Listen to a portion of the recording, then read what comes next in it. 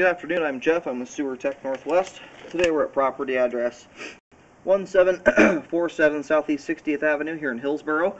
We're located at the front of the home.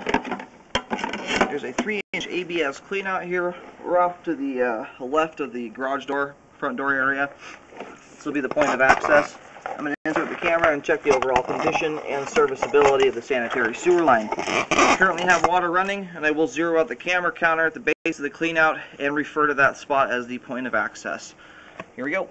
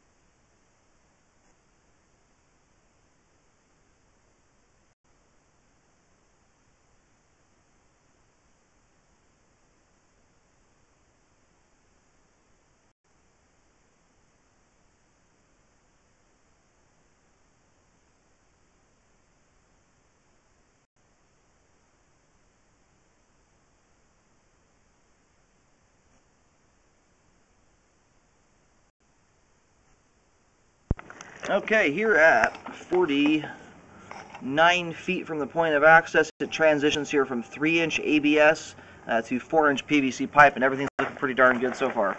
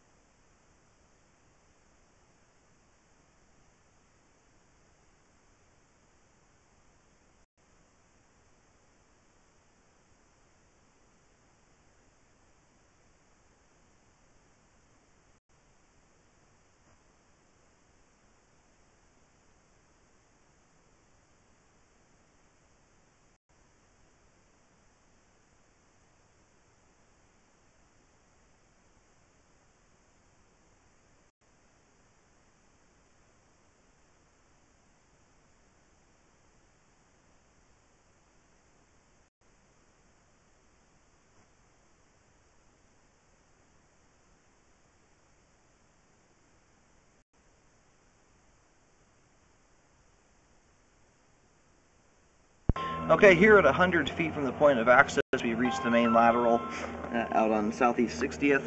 I'm going to go ahead and get the water turned off with the line drain out.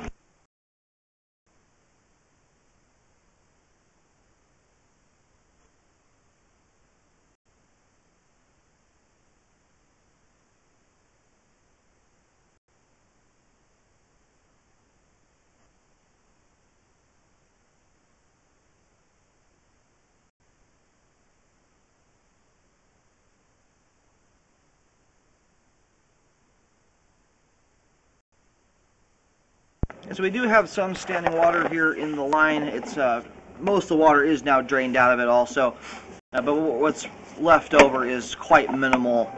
It's a 4-inch pipe, and there's only this is about as bad as it gets here, which it's about a ½ inch of standing water, and for the most part it's more like a 1/4 inch, 1/8 of an inch. So just want to watch things like paper towels, grease, flushable wipes.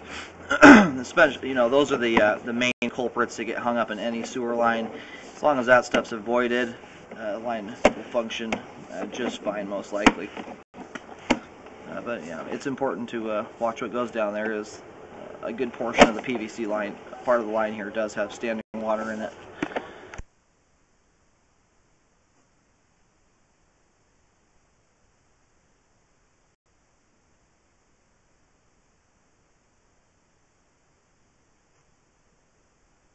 Another thing that can be done that's very helpful with lines like this, when the water level is that minimal, especially over the distance, the section of pipe with standing water, it would be extremely expensive to do a repair to correct that grade. It's all under concrete, and it's likely quite deep, probably around the 8-foot depth mark or below. So you're looking at something like $7,000–8,000 to correct a belly like this. And when the belly is this minimal, I recommend in these cases to watch what goes down the line, and then periodic hydrojetting. And in this case, you might have to do it every couple, 2–3 years, and that keeps any debris buildup from occurring, or it keeps it to a minimum, which greatly reduces any risk of a blockage. So as long as the home has been here, it's looking pretty darn good. There is some debris buildup, but that's pretty normal with lines that have some bellies in, or part of the line with standing water.